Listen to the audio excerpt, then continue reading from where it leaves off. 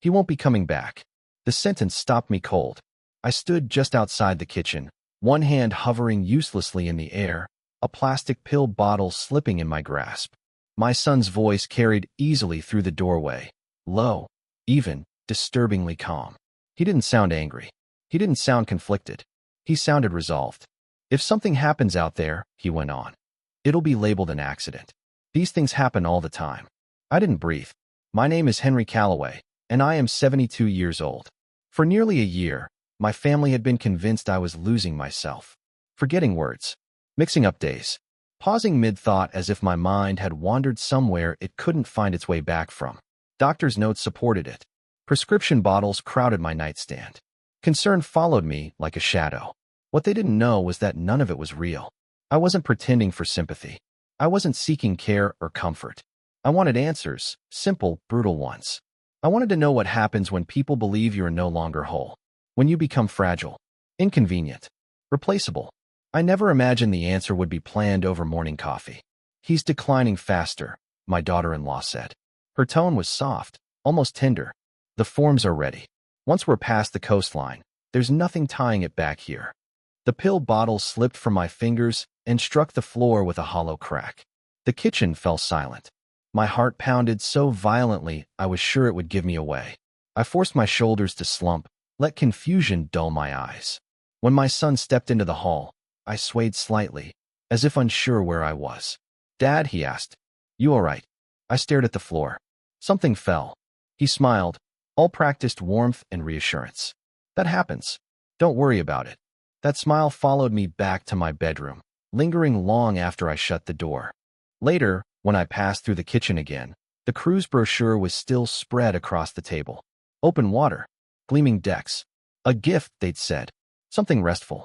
A chance to enjoy what time I had left. It wasn't a vacation. It was an exit plan. I didn't sleep that night. I replayed every word I'd overheard, every assumption they'd made because they thought my mind was already gone. By dawn, the fear had settled into something harder. Focus. I had spent 40 years as a civil litigation attorney. I knew how cases were built, slowly, quietly, from overlooked details and careless habits. And now, the most important case of my life had found me. The opposing party was my own son. So I performed. At breakfast, I stared too long at my phone, as if it were a foreign object. I asked what day it was. Twice. I forgot the toaster was on. Mark and his wife, Elaine, watched closely, tension hiding behind concern. Elaine placed my pills in front of me and waited until I swallowed. Or believed I had. When the house emptied later that afternoon, I picked up Mark's tablet from the desk where he'd left it charging. His password was unchanged. Familiar routines are dangerous things. The search history answered questions I hadn't even asked yet. Cruise ship accidents. Elderly passengers lost at sea. Medical clearance loopholes. Life insurance clauses. Online discussions about investigations, or the lack of them, once ships crossed into international waters. I documented everything. My hands were steady, not with courage, with fury. They had planned meticulously. Routes, timing, explanations. In a private note, Mark referred to it as letting nature finish what it started. Nature, apparently, now required forms, bookings, and beneficiaries. 3 days later, they hosted my birthday dinner. The living room filled with relatives I barely recognized anymore. Neighbors, friends from Mark's office. Everyone eager to admire the devoted son caring for his failing father. Elaine recorded constantly, my hesitation, my gratitude, my uncertainty. Proof, I realized. Evidence. When Mark presented the cruise tickets, he did it proudly. 2 weeks along the Adriatic, he said. "You deserve something special, Dad." People applauded. Everyone except one. My granddaughter Lena sat by the window, arms folded, watching me instead of the celebration. When our eyes met, her expression tightened, not with sadness, but doubt. "Are you excited?" she asked quietly. I smiled the way they expected me to. "I think so." She didn't return the smile. That night, once the house was quiet, I locked my bedroom door and spread the evidence across my desk, screenshots, policy drafts, confirmations. 6 weeks until departure. 6 weeks until they expected me to disappear without a ripple. I folded the cruise brochure and placed it carefully on top. They believed my mind was unraveling. What they failed to understand was that it had never been clearer.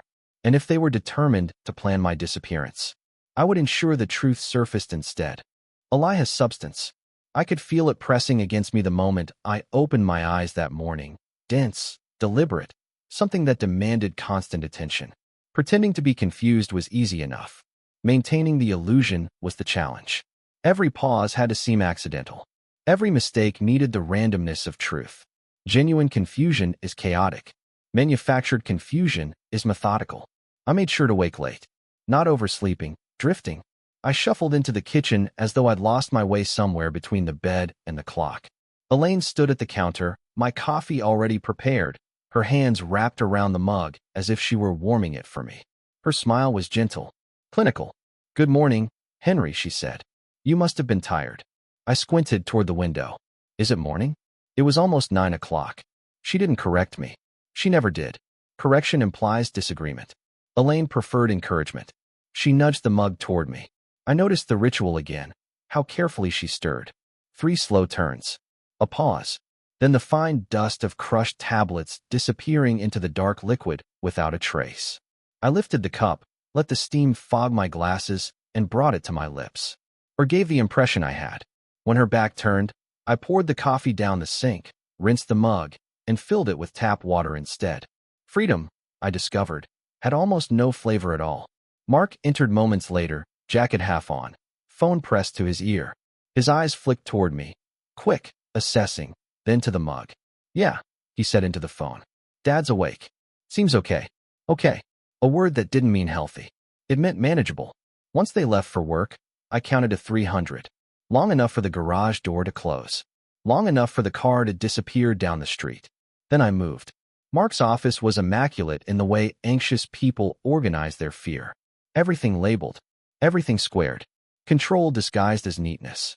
I shut the door and locked it. The filing cabinet wasn't secured. That detail told me more than any document could. They were confident. Certain. Sure, I wouldn't know what I was looking at, even if I found it. The folders were familiar immediately. Insurance policies, recently amended. Beneficiary changes initialed in careful handwriting. Medical summaries describing accelerated cognitive decline, written with professional detachment and absolutely no authorization from me. I photographed every page. At the bottom of the drawer sat a thinner folder, creased and worn. Inside were financial statements. I stopped breathing. Credit cards pushed to their limits. Personal loans stacked atop one another. Cash withdrawals made in urgent bursts. And names I recognized from decades in courtrooms. Private lenders. Aggressive collectors. People who didn't negotiate gently. The total hovered just below $200,000. There it was. The real reason. The cruise wasn't compassion. It was delay. A race to collect insurance money before consequences caught up with them. I put everything back exactly as I'd found it and returned to my room. The man in the mirror looked older than he had the day before, not frail, but sharpened, as if something inside him had finally set. That afternoon, Elaine suggested a walk.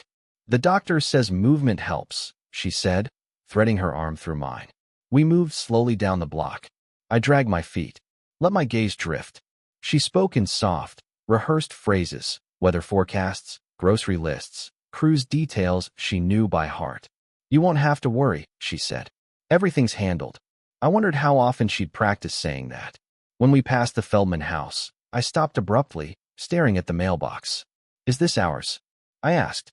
Her grip tightened, just for a moment, before she smiled. "No, Henry. That's Mrs. Feldman's." "Oh." I flushed. "She seems kind." "She is," Elaine said quickly. "Let's keep moving." She didn't want attention. That was clear now. That night, Mark spread papers across the dining table. Travel forms, medical waivers, emergency contact sheets. Each page reduced my death to a checklist. "Just routine," he said. "In case you get mixed up." I picked up the pen, dropped it, apologized, rubbed my hands as if they'd betrayed me. He didn't insist. Insistence invited scrutiny. Later, after they slept, I retrieved the discarded drafts from the trash. Every revision, every margin note. They joined my growing archive. Morning brought stale cake and wilted balloons. I sat at the table, holding a birthday card upside down, when Lena entered quietly. She studied me longer than necessary. "Grandpa," she said, "do you remember what you used to do?" I hesitated. I worked somewhere. Her mouth curved into a faint smile. You were a lawyer. A good one. Past tense. I met her eyes for a fraction of a second, just long enough. I liked arguing, I said softly, especially when the truth mattered. Her smile faded. She nodded once, as if a puzzle piece had clicked into place, and left without another word. That night, I locked my door and labeled a new folder. Timeline. 6 weeks until departure. And now I knew what they were running from, which meant I also knew how desperate they might become. The next phase didn't begin with a confrontation. It began with omission. I stopped taking what Elaine handed me. Not all at once. That would have been noticed. Instead, I began subtracting pieces of the routine, one pill at a time, one assumption at a time. A tablet palmed and tucked into my sleeve. Another slipped into a tissue and forgotten in a public trash can. A third dropped into the toilet late one night. It didn't flush. The pill bobbed once, white and unmistakable, before settling against the porcelain. My heart slammed so hard I had to grip the sink.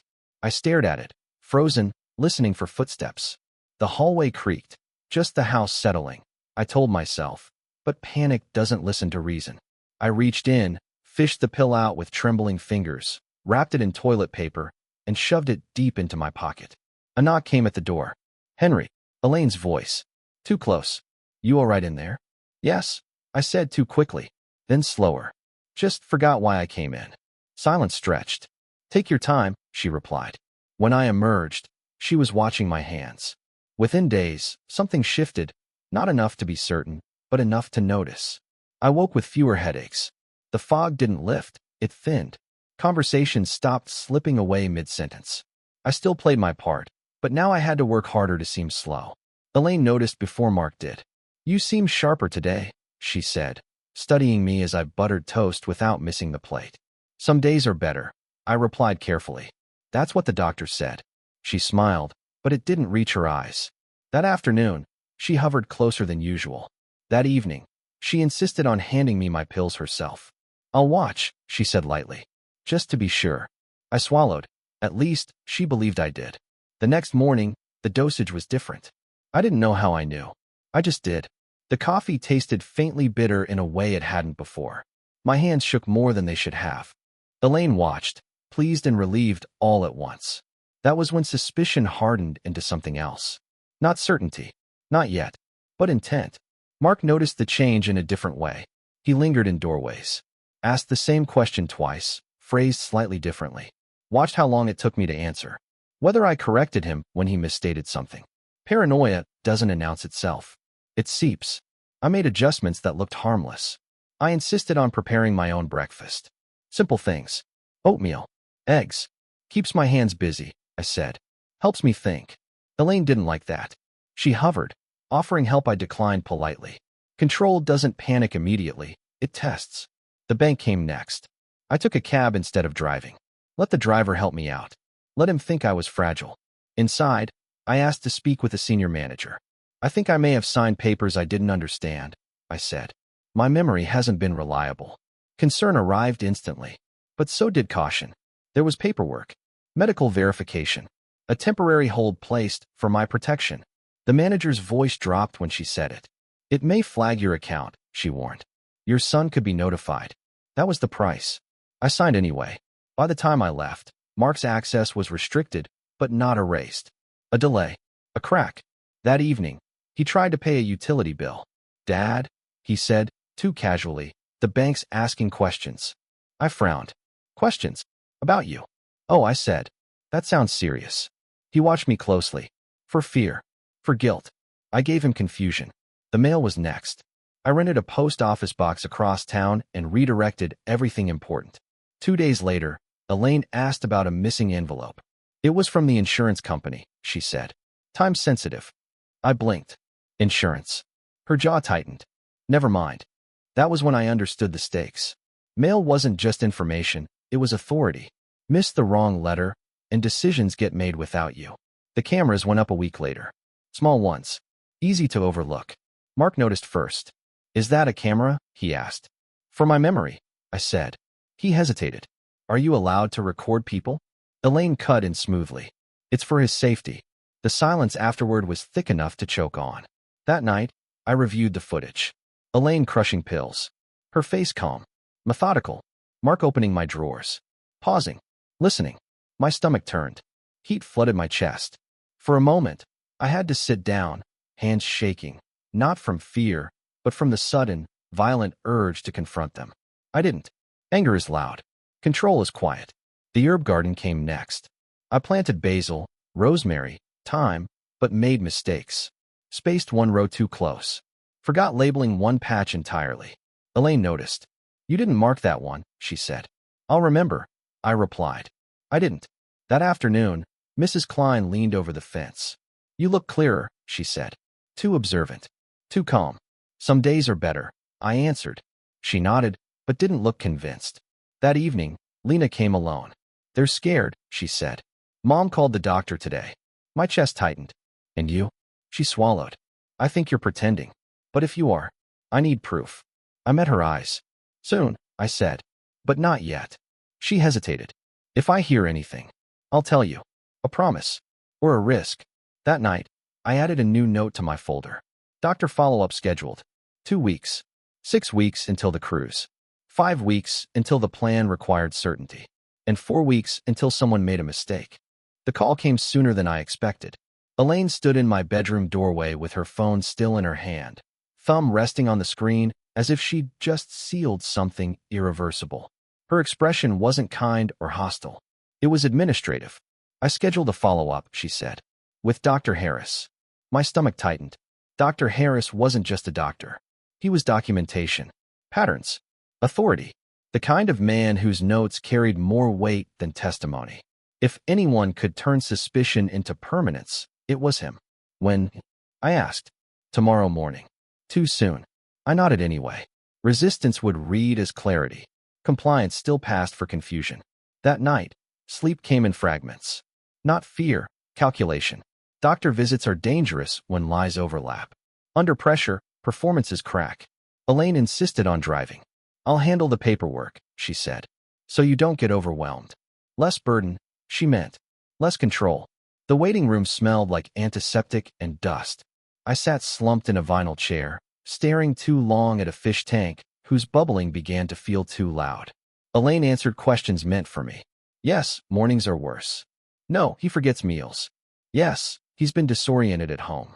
Each sentence stacked neatly, brick by brick. Dr. Harris shook my hand. Henry, he said warmly. Good to see you. I let my gaze drift before meeting his. You look familiar. Elaine exhaled softly. The exam began simply. Date. Location. Names. I hesitated where expected, missed where it was safe. But then he slid a paper across the desk. A clock face. Set the hands to 10 past 11. My fingers moved before my mind caught up. Clean lines. Precise spacing. Correct. Silence. Elaine inhaled sharply. Not loudly, just enough. Dr. Harris didn't speak. He picked up his pen and made a note. I stared at the page too long, then dragged my hand through the ink, smearing it clumsily. No, that's wrong. No one responded. The room stayed quiet. Dr. Harris looked at Elaine, not accusing, not reassuring. Measuring. We're seeing variability, he said finally. More than expected. Elaine straightened. That happens, doesn't it? Sometimes, he said. I'd like to establish new baselines. Imaging. And next time. He glanced at me, then back to her. I'd like to speak with him alone. The word alone lodged in my chest. In the car, Elaine didn't speak. At home, she poured my coffee herself. Watched as I drank. Within minutes, the room tilted. Not enough to fall, but enough that I had to grip the table. My vision blurred at the edges.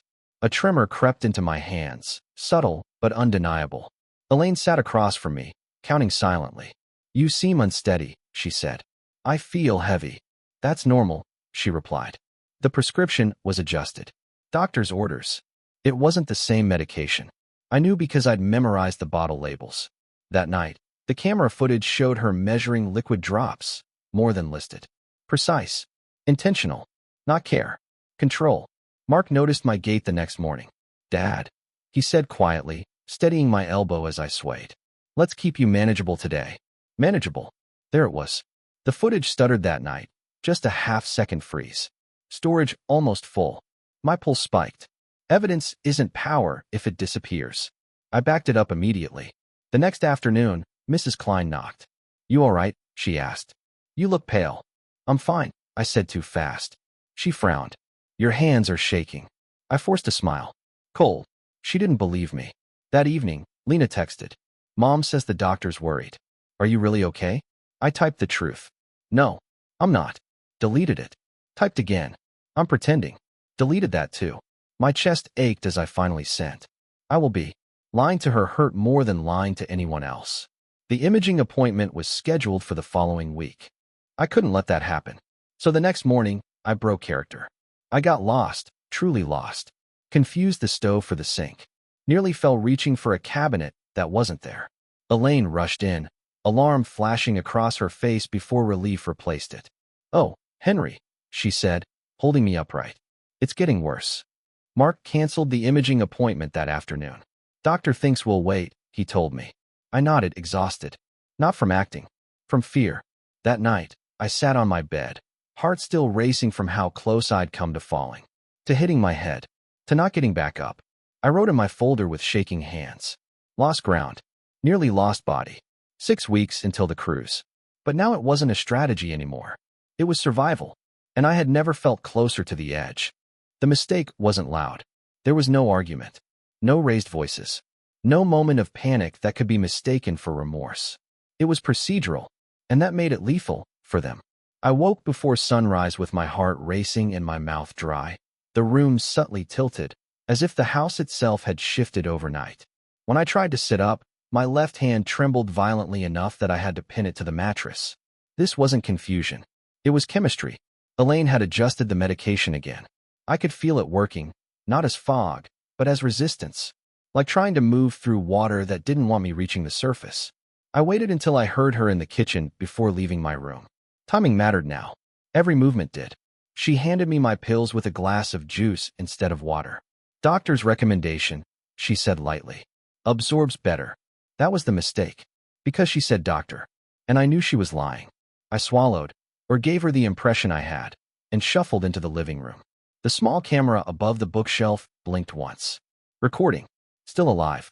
10 minutes later, Elaine's phone rang. She stepped into the hallway, lowering her voice, but not enough. "I already adjusted it," she whispered. "No, Harris didn't say that exactly, but it's within range." My pulse thudded in my ears. "So long as he stays stable," she continued. "We just need him calm until the cruise." Calm. Not safe. Not healthy. Controlled. When she returned, she froze for half a second. Her eyes flicked to the bookshelf, to the camera angle I'd nudged earlier. Barely, but enough to expose more of the counter. She smiled too brightly. "Everything all right?" "Yes," I said. "Just tired." Her gaze lingered on my hands. That afternoon, Mrs. Klein knocked again. This time, I didn't wave her away. She studied me for less than a second before speaking. "You don't look confused," she said quietly. "You look medicated." My throat tightened. I glanced instinctively toward the walls, the cameras, the risk. Then I nodded. "Can you sit?" I asked. She did, immediately. I didn't give her the whole truth. I gave her the part that mattered. That my medications were being altered. That decisions were being made without my consent. That I was afraid of falling. Of not waking up. Mrs. Klein's expression hardened. "I was a nurse for 32 years, she said. "I know the difference between decline and suppression." She stood. "Do you want help?" "Yes." The word felt heavier than any lie I'd told so far. Her help was precise. She photographed the pill bottles. Checked dosages against pharmacy printouts. One medication made her inhale sharply. "That one isn't prescribed to you," she said. "It's for agitation, not memory." That evening, Mark came home early. I was in the kitchen when his eyes landed on the open pill organizer and the wrong bottle beside it. His face drained of color. "What's that doing there?" I stared at him blankly. "Elaine said it helps." He picked it up. "Read the label." Swallowed hard. "She wasn't supposed to increase it yet," he muttered. Yet. There it was. I felt my knees buckle. This time, it wasn't an act. Mark caught me before I hit the floor. For a brief moment, his fear was real, raw and unfiltered. "Dad," he said urgently. "Dad, stay with me." Elaine rushed in, snapping instantly into command. "He needs to lie down," she said sharply. "You're making it worse." But Mark didn't release me right away. That hesitation mattered. That night, the camera captured their argument. You said the dosage was safe, Mark hissed. It is, Elaine snapped. He's stronger than he looks. And if he's calmer, there's less risk. Risk of what? She didn't answer. The silence was louder than any confession. The footage nearly didn't survive. A warning blinked on screen, storage full, and the system froze mid-argument. My heart pounded as I deleted a week of harmless recordings. Empty rooms, silent nights. The file saved with seconds to spare. The next morning, Lena arrived unannounced. I told Mom I was studying, she said, eyes fixed on my face. You don't look okay. I wanted to protect her. I couldn't. I'm being drugged, I said quietly. Her face went white. On purpose. Yes. She sat heavily in the chair. I heard them arguing last night. About timing. Timing. She reached for my hand. What do you need from me? The question cracked something open in my chest. I need you to remember, I said. Everything you hear. Everything you see. I will, she said immediately. Then, after a beat. And if they try to stop you? Then you go to Mrs. Klein, I replied, sliding an envelope across the table. And you call the number inside. She nodded without asking whose it was. That afternoon, Elaine made another mistake. She used the house phone. I recorded everything. Yes, I'm his caregiver, she said. I understand it's earlier than expected, but his agitation is increasing. Agitation. That word would matter later. When she hung up, her eyes lifted, straight to the camera. For a single second. Not fear. Calculation. That night, I wrote with steadier hands than I'd had all week. Medication confirmed. Independent witness secured. Audio and video preserved. For the first time, I wasn't just surviving. I was moving forward. 5 weeks until the cruise. And now, if they made one more mistake, I wouldn't need to board anything at all. The first sign the balance had shifted was silence. Elaine stopped hovering. No reminders. No gentle corrections. No artificial concern about whether I'd taken my pills.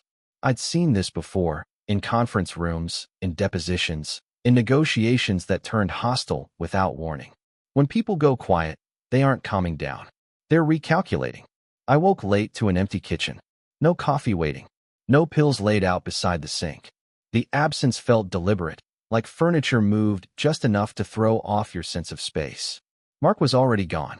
Elaine's car sat in the driveway, but the house felt hollow, as if someone had removed its center of gravity. I poured myself water and drank slowly, listening to the walls. At 9:30, my phone rang. Not the house phone. My cell. The number wasn't saved, but the area code told me everything. Dr. Harris. I stared at the screen until it stopped ringing. 2 minutes later, a voicemail appeared. Henry, this is Dr. Harris. I'd like to follow up on yesterday's visit. Privately. Please return my call. Privately. My pulse quickened. Elaine must have known before I did. The camera footage later confirmed it. Her standing stiffly in the kitchen, phone pressed to her ear, nodding too often, too quickly. She was losing control of the narrative. When she finally entered the living room, her voice was smooth, but tight around the edges. Dr. Harris may try to reach you today, she said. If he does, let me handle it. Why? I asked. She smiled. It's easier. That answer landed wrong. I'll remember, I said. She didn't smile back. By noon, Mrs. Klein called from next door. They picked up the refill, she said quietly. Early, and it's not the same dosage. Thank you, I replied. I hung up shaking, not from the medication this time, but from how fast the margins were collapsing. Everything was accelerating now. At 1:30, Dr. Harris called again. I answered. Henry, he said, measured and careful. I need to ask you a few questions without your family present. I swallowed. All right. A pause. Are you safe right now? The question hit harder than anything he'd said before. Yes, I answered slowly. I think so. Think, he repeated. I get confused sometimes. Another pause. Pen scratching. I'm seeing discrepancies, he said. Medication timing. Dosages. Authorization. The room narrowed. I'd like you to come in alone, he continued. Tomorrow morning. I don't drive much anymore. I'll note that transportation assistance may be required, he said. Then, more firmly, Henry, if you're being medicated beyond prescription, that's serious. Yes. The word escaped before I could stop it. Silence. Listen carefully, Dr. Harris said. Do not confront anyone. Do not stop medication suddenly. And if you feel unsafe at any point, call emergency services. I ended the call before my voice could betray me. Elaine was standing in the doorway. You spoke to him, she said. Not a question. Yes. Her jaw tightened. What did you say? I don't remember. She studied me, searching for certainty, for cracks, for the man she thought she controlled. She found none. That night, Mark came home late. He didn't sit, didn't take off his jacket. Dad, he said quietly, Elaine's under a lot of stress. So am I. He winced. The doctor's asking questions. That's his job. Mark stared at the floor. Maybe we should postpone the cruise. The air went still. Elaine appeared in the doorway. No, she said sharply. That's not necessary. Mark turned to her. He almost fell yesterday. And he didn't, she snapped. Because I handled it. Something fractured between them then, small, but audible. Mark hesitated. Maybe we slow things down. Elaine's voice dropped. We don't have time. Time. That word again. Later that night, the camera caught her shredding documents, insurance drafts, old prescriptions, handwritten notes. She paused once, staring at the shredder as if listening to it breathe. The next morning, I pretended to forget how to unlock the front door. Elaine watched from behind, arms crossed, impatience bleeding through restraint. I'll do it, she snapped, shoving past me. Anger had replaced care. That afternoon, Lena texted. Mom's acting strange. Dad looks scared. I typed a response. Deleted it. Typed again. Stay alert. Don't confront them. Her reply came instantly. Something's coming, isn't it? Yes, I thought. Something always comes when pressure builds. At 4 o'clock, Dr. Harris called a third time. I'm filing a report, he said. Protective services may reach out. My chest tightened. Elaine heard my side of the call. When I hung up, she stood very still. Did you say anything that would make us look bad? She asked softly. No. She stepped closer. Too close. Henry, she whispered. You trust us, don't you? I looked at her. Really looked. No. The word landed like a dropped plate. Her face went empty. That night, I discovered my bedroom door locked from the outside when I tried to use the bathroom. I stood there, hand on the knob, heart hammering. This wasn't manipulation anymore. It was containment. I returned to bed and lay still, listening to the house, to the cameras, to the walls, to my own breathing. Tomorrow morning, Dr. Harris expected me in his office. Elaine had other plans. And for the first time since this began, I understood something with perfect clarity. The cruise was no longer the most dangerous part of their plan. The house was, for weeks until departure, and I was running out of rooms to retreat into. I didn't sleep, not because I couldn't, but because I wouldn't. Sleep meant letting go, even briefly, and control was the only thing keeping me upright. I lay still on the bed, listening to the house breathe. The refrigerator's low hum. The clock ticking in the hallway. Footsteps, soft, deliberate, passing my door. Elaine checked the lock twice. Once at midnight. Once again just before dawn. At 6:30, my phone vibrated beneath the pillow. A single message from Lena. Are you awake? I typed back carefully. Yes. The 3 dots appeared almost immediately. Mom's packing. Not clothes. Papers. My pulse spiked. What kind of papers? A pause. Then, folders. Envelopes. I heard her say before morning. Before morning. Dr. Harris was expecting me in 3 hours. Elaine wasn't waiting anymore. I tested the door again. Locked. Solid. The window was painted shut, a safety feature I'd once appreciated. Now it felt like a decision made for me by someone else. I pulled up the camera feed on my phone. The hallway was live. Elaine moved through the kitchen with efficient precision, sorting documents. Some went into a bag, others into the shredder. Mark hovered nearby, hands hanging uselessly at his sides. He looked lost. At 7:15, my phone rang. Dr. Harris. I answered immediately. Henry, he said. No preamble. Protective services are being notified this morning. My throat tightened. Elaine knows. A pause. Then, quieter. That's a problem. I'm locked in my room. Silence. Can you get out? He asked. No. I heard him exhale. Listen carefully, he said. If you feel physically unsafe, call emergency services immediately. And if you can leave the house, by any means, do it. The call ended. The hallway camera flickered. My screen went black. No, I whispered. I refreshed it. Nothing. The cameras were down. At 8 o'clock, the lock clicked. Elaine stood in the doorway holding a tray. Toast. Juice. Pills arranged neatly in a cup. Good morning, she said softly. Too softly. You didn't sleep. I need the bathroom, I said. After breakfast. I glanced at the tray. What time is it? Early, she replied. Plenty of time. For what? She didn't say. She stepped inside and closed the door behind her. The lock clicked again. I'm supposed to see Dr. Harris, I said. Her smile stayed fixed. That was rescheduled. By whom? By me. The room felt smaller. That isn't your decision. She tilted her head. You forget, Henry. It is. She lifted the glass. Drink. No. The word surprised both of us. Her eyes hardened. You're confused. I'm not. The silence that followed was heavy, compressed, dangerous. From the hallway, Mark's voice drifted in. Elaine.